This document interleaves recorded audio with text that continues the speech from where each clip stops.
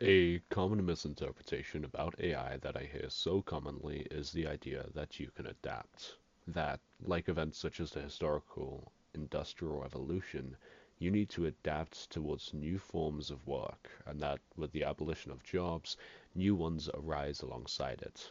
This narrative not only romanticizes the nature of AI, but completely misunderstands what AI replaces and how it does. AI is not the Industrial Revolution, and it never will be. The Industrial Revolution, whilst there are many, the most famous is notably the British Industrial Revolution of the 1760s, wherein jobs such as lamplighters, artisans, weavers, and agricultural workers all ceased to exist. This was because new steam-powered machines could now do all of that in an automated, more efficient fashion. Alongside that, it created new jobs in the actual operation of machinery, production of coal and other fuels, and began a new drive from rural to more urban areas in Britain. In great contrast, if the supposed AI revolution ever comes to be, this same scenario will not happen. An important thing to know is that the Industrial Revolution did not take away entire industries. It took away forms of repeated labor that machinery could easily replicate. In agriculture, machinery replaced only specific jobs. Farmers still owned the land and operated the machines, but reapers, plowmen, and threshers all no longer existed. The same goes for the textile industry. It still existed, but textile artisans, weavers, spinners, and croppers became instead operators for machines that then did their old job for them. AI will not do this.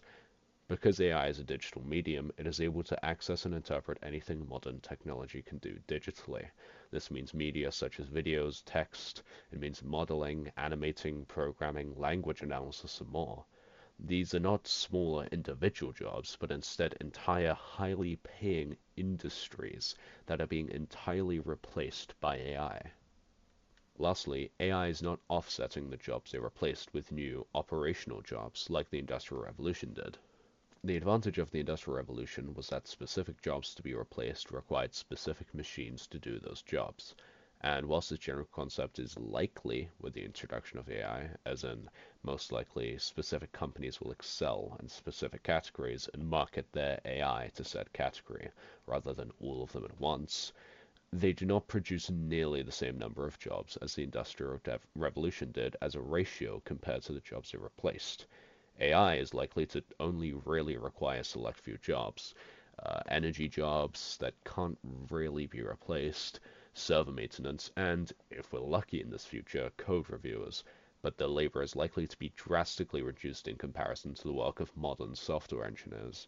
It is entirely likely that software engineers as a whole will be paid significantly less or completely swapped out with more AIs. They're not going to serve that larger a role in this future.